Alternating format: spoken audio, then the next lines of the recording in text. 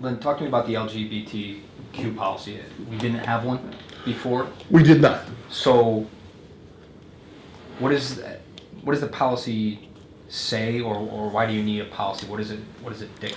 Well, the policy is still in the process of being written, but what it basically dictates is how we interact, how we conduct ourselves when we're in contact with someone from that demographic, giving our officers options and some information on how to do a search, on how to get information from someone, using the appropriate pronouns at the right time, making sure that we're showing dignity and respect to the individual, making sure that we're not unintentionally offending someone from that demographic, and just giving some guidance in what can be a very uncomfortable situation for both the individual from the LGBTQ community and the police officer. So we felt like that we could give our officers some guidance with that. I think that it's part of being a professional police department and having policies in that area. It's still not common. When we did it in Little Rock, it was the first LGBT policy in the state of Arkansas. When we did it in Louisville, it was still relatively new, and we used several policies from agencies around the country to draft that policy. And we feel like that our officers need that, because that's certainly a demographic that feels isolated from police in some regards. In some instances, they feel offended by some of the things that we do.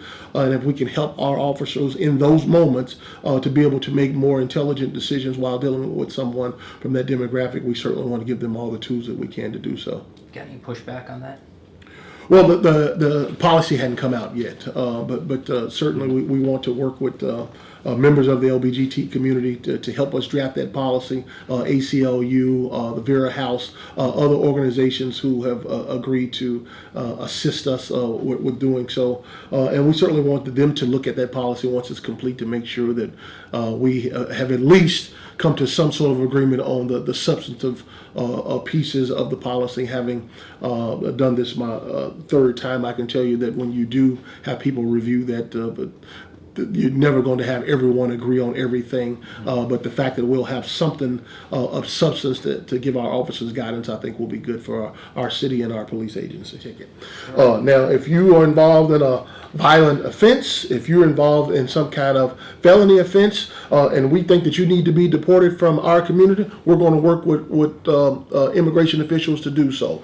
Absent those two categories, more often than not, you're going to be treated in the same court system as everyone else, and that's how we see that. It is not our job to run around asking people, what is your immigration status, unless we have an investigative reason to do so. But for a normal contact with a citizen, that's not our job. That's the federal responsibilities, and municipalities across the country have made that abundantly clear that it is not our job to be running around making people uncomfortable who live in our community, who may happen to be undocumented. The press conference you did after the Jim Boeheim accident, you Yes. got up and the first thing you said was a message to the victim's family in Spanish, which I think resonated with a lot of people. I mean, it was just something we hadn't seen before. Where did that, what was the genesis of that? I mean, was it something that you came up with and said, I would speak directly to them? It was intentional to send a message to the Hispanic community, our entire community, that we are going to be a professional organization. Mr. Boeheim is probably one of the most powerful coaches in the coaching profession. He is probably arguably one of the most powerful men in Central New York. But I did not want his accident, that's exactly what it was, to be an accident. I did not want his accident to overshadow to this family that we were so caught up in Jim Boeheim that we forgot that someone had died. And for them to be able to hear from us in their native language sent the message that we know you are here, you are a part of this incident, and you too are important. We have to do that through behavior. We have to do that through tangible examples. But that was one of my first contacts with that community to be able to say, I know you're here, and I'm going to be working to reach out to contact your community. But I will tell you, by personality, I'm an outgoing introvert. I'm outgoing in that I can walk into a room and do what I'm supposed to do as a leader in that room, but I prefer a desert island.